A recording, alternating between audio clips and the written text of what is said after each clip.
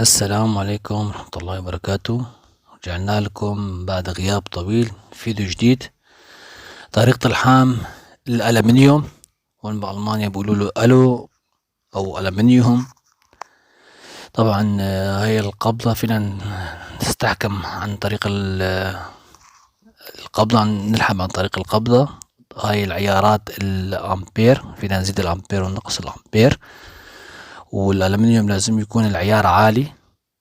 وفي عن طريق دعسة الإجر، زيادة الأمبير ونقص الأمبير حسب انت الصفيحة كيف بدها الصفائح الألمنيوم كيف بدها، لأنه صفائح الألمنيوم أول شي بدها أمبير زيادة قوي، وبعدين بتنقص مثل دعسة البنزين، بتعطيها زيادة وبتنقص حسب ما بدها الصفائح. لأنه الألمنيوم بدك كيف تعرف تستخدم أو تعرف كيف تسيطر على الأمبير الحام. هو من أصعب أنواع الحام صراحة الألمنيوم. ولا راح نبلش طريقة الشرح وكيف بنلحم. طبعا هدول الصفائح 2 مليمتر، سماكة 2 ملي.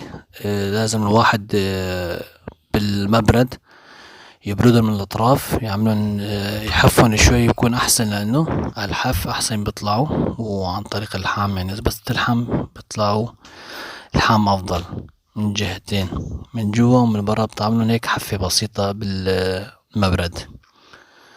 طبعا هديك الصفيحتين مشان اللحام طلعوا جهزتهم، وهدول الحام العادي. طبعا هون القبضة لازم الإبرة بتكون رأسها مبوزة مدورة مثل القلة، يعني ما بتكون مثل الحامل ايد الشتال او الستال، بيكون راسها مثل الإبرة حادة. هون لازم يكون الرأس مدوب، الرأس يكون مثل القلة، والحام ما يكون الحرارة او النار اللي بيطلع من الفهوة ما بيكون بنقطة واحدة، تاخد وبتجي يعني بتكون مبعثرة. وهذا سيق اللحام.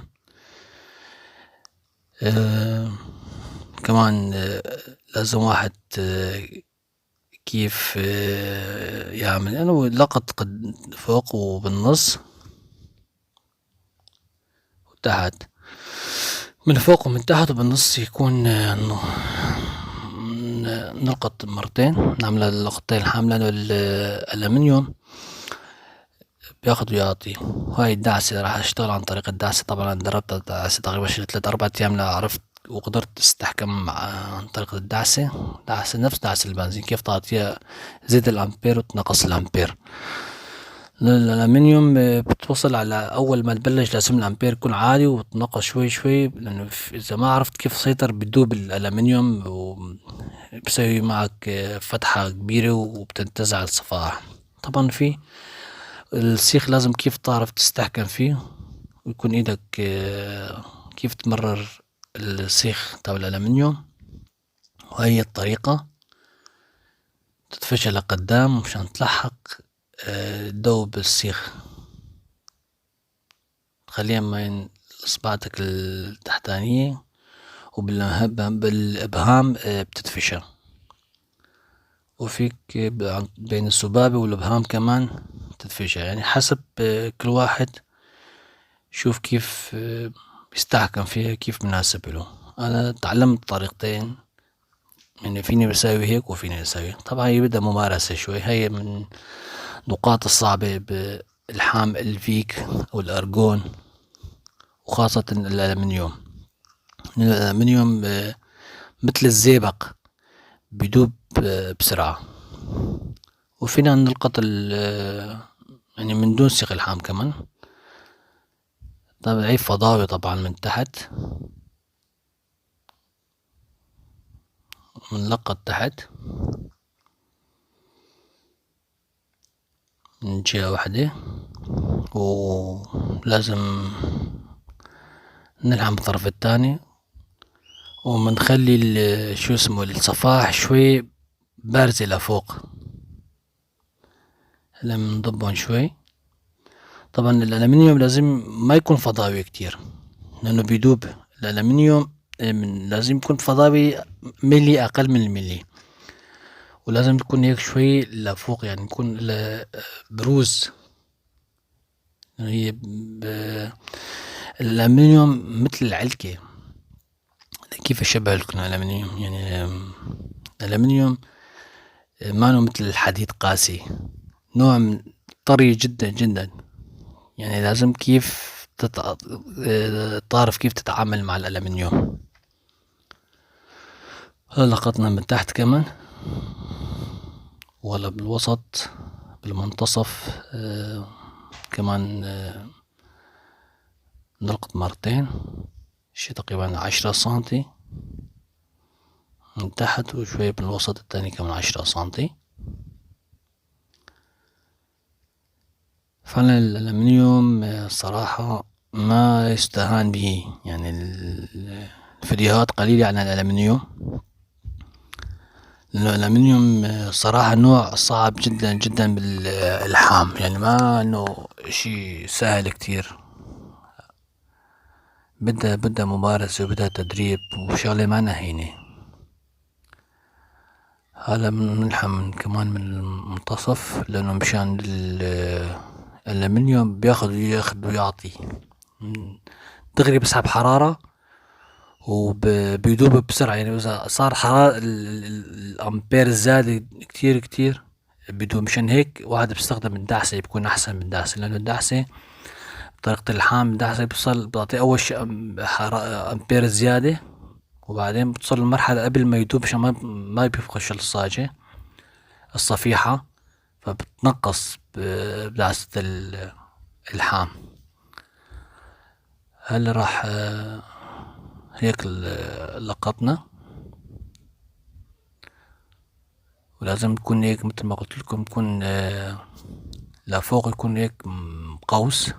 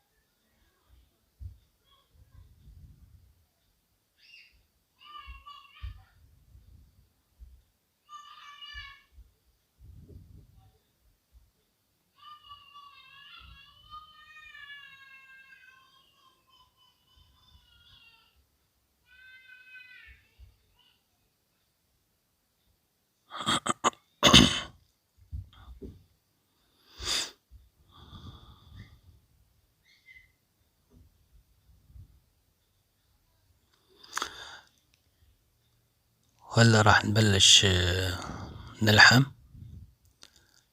اللحام الأرضي ألمنيوم. طبعا في لحام طلوع كمان. هلا حاليا راح نلحم. طبعا راح تكون مسكة اللحام، فهو مسكة اللحام درجة 45، والسيخ اللحام بيكون درجة الميلان 70 درجة.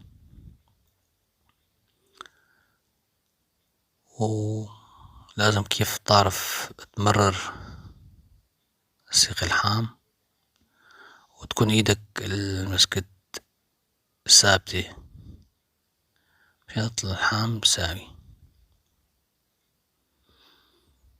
طبعا أول ما بلشت اللحام أعطيتها فولت زيادة، الأمبير زيادة، مشان يدوب يعطي شوي حرارة، مشان يعمل أول شي بكون بركة الانصهار،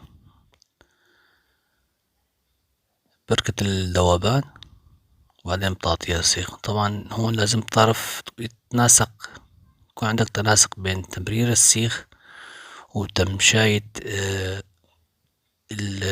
مسكة الأرجون أو الفيك.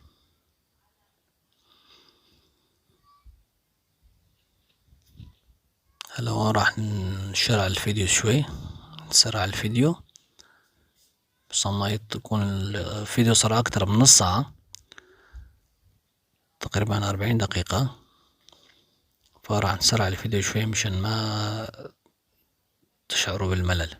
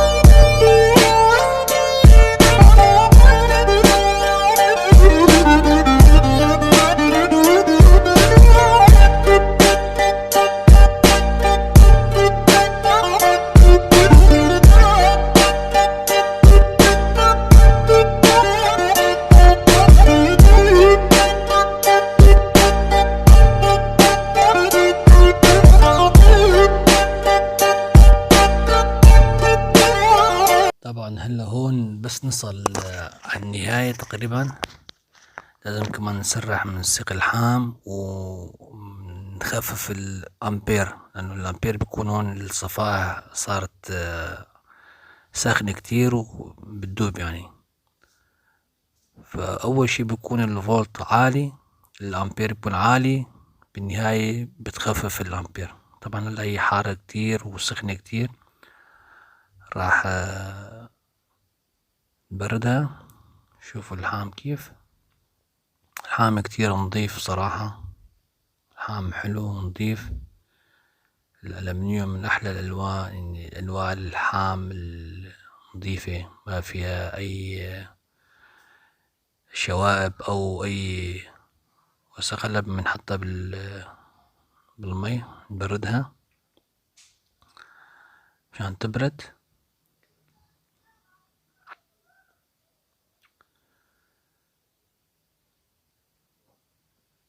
ولا راح نجيب الصفيحتين نلقطهن ونلحم بطريقة تصادي الطلوع. طبعا هدول ما راح نخلي بيناتهم فضاوة، الألمنيوم ما يكون بيناته فضاوة. طبعا بنحفون من الجانبين، وسماكتهم هدول بيكونوا 2 ميلي، بتحفون شي بسيط من ورا ومن قدام مشان بالحام بيكون بيطلع أحلى وأزبط. طبعا ما بنعم هون بنحط مثل ايد الشتال الستانلس ستيل او الحديد العادي الشتال، نخلي بيناتهم فضاوة. هاي ما بنخلي بيناتهم فضاوة، بيكونوا ضابين على بعض.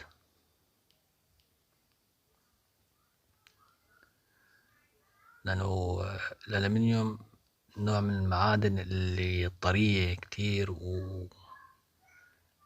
هي دغري بيطلع الحام الطرف التاني، يعني بتمتص الحرارة بسرعة.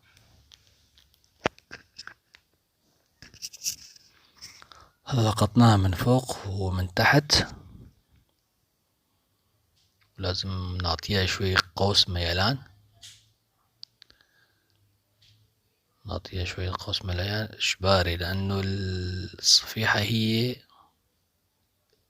بتاخد الألمنيوم، بتاخد دغري بتاخد الحرارة، الأمبير بيكون عالي، لازم يكون شوي. طبعا هاي طريقة الحام، هاي بدورات الفيتا بلدونك، دورات التأهيل المهني عفوا المدني، التأهيل المهني في ألمانيا. يعني هذا في طريقة زاوية الحام لحال، مثلا زوايا نزول وطلوع، هاي ما بيعطوك اياها بالدورة طبعا. هاي هون فقط كيف تتعامل، فيك تقدر تتعامل مع الحام الألمنيوم. طبعا أنا عملت الفيك والماج الحام الكهرباء دول كلها عملت فيهم فيديوهات، طريقة الشرح والدورات الفيتا بلدونك. نلقط هون كمان منتصف. ايه يا اصدقائي، طبعا هون بياخد سيخ الحام كتير. هيك لقطناه ولا راح نطلع الطلوع الحام الطلوع. طبعا الامتحان كله بالحام الطلوع، اذا كان فيك او ماك او ادل اشتال اللي هو كله طلوع. طبعا الماك شو اسمه والكهرباء بيكون طلوع ومثلثات، اما الفيك ادل اشتال يعني اشتال ستيل والستايل الحديد بيكون طلوع بس مو مثلثات. يعني الفيك بثبت الصفيحة اللي لقطناها ومجلس وضعتنا وضعت الحام. هلا بندير الكاميرا، نظبط الكاميرا الطرف الثاني. هيك حطينا الكاميرا مشان نبين معكم الحام الطرف الثاني.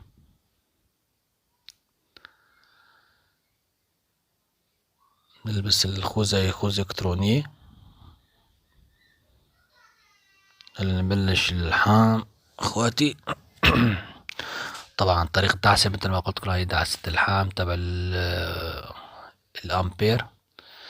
هاي بتزيد الامبير مثل عم تسوق سيارة ابو شريك، مثل ما عم تسوق السيارة عم تعطيها زيادة وبتعطيها يعني بتنقص هوا ما بدي اشوف اذا بدها تنفخش الدوب بتنقص بتشيل اجرك. هاي اذا شفت انه ما عم بدوب الصفائح ما عم يدوب والحام السيخ ما عم يدوب بتعطيها بنزين بتعطيها. طبعا هاي هيك بتكون طريقة الطلوع. تكون ايدك على اليمين والسيخ من فوق، وفيك تحط اصبعتك مشان تثبت هيك عالجنب صغيرة، ومشان ما يرج ايدك الصراحة، مشان ما تاخد ايدك تروح وتاخد وتيجي، وتحط اصبع ايدك اليسار الكوع على البوري وانت تثبتها على البوري مشان تضل ايدك ثابتة لا تتحرك.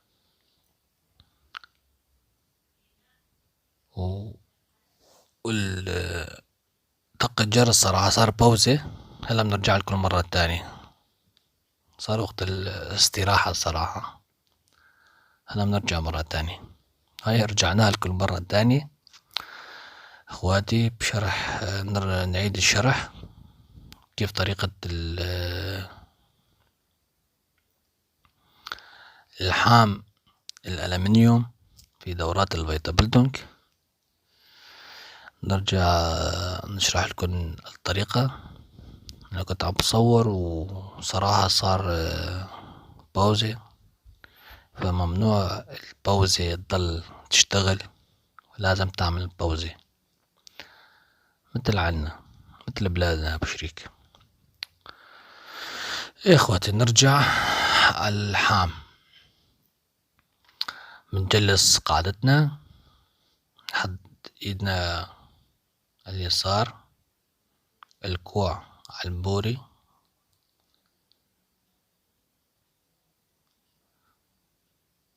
وبندعس عند دعسة الامبير ونقول يا رب.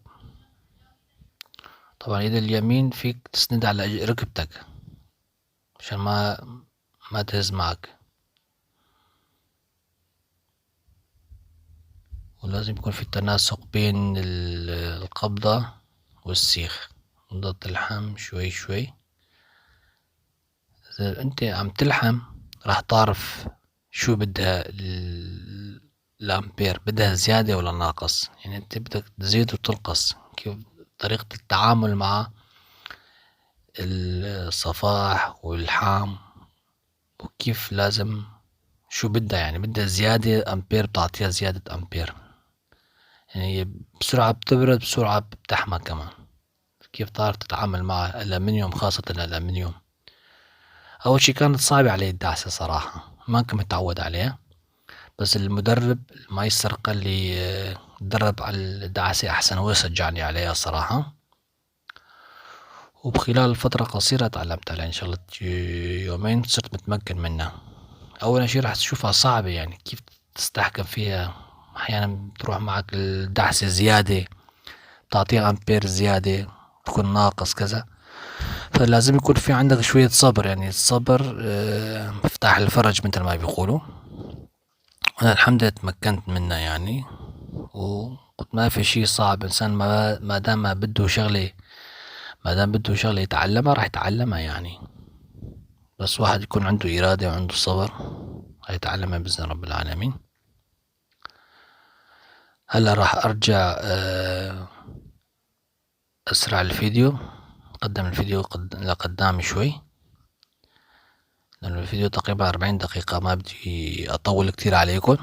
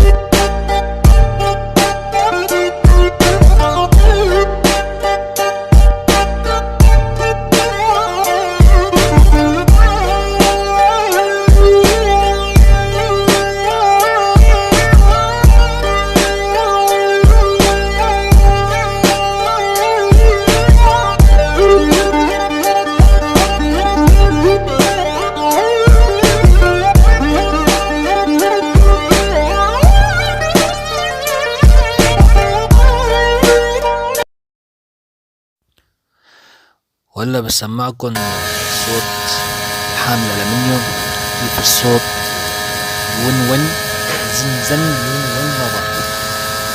شوفوا شلون الصوت، كيف بزيادة العيار ونفس حركة الدعسة.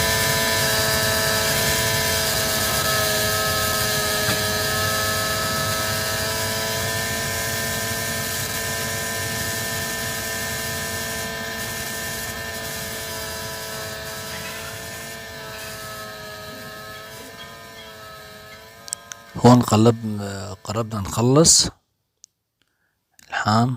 طبعا آخر شي بكون بترخي اجرك على الدعسة، بتنقص الأمبير مشان آخر شي ما بيطلع معك فتحة أو دوب الصفائح معك، بيطلع هيك بخش أو طاقة.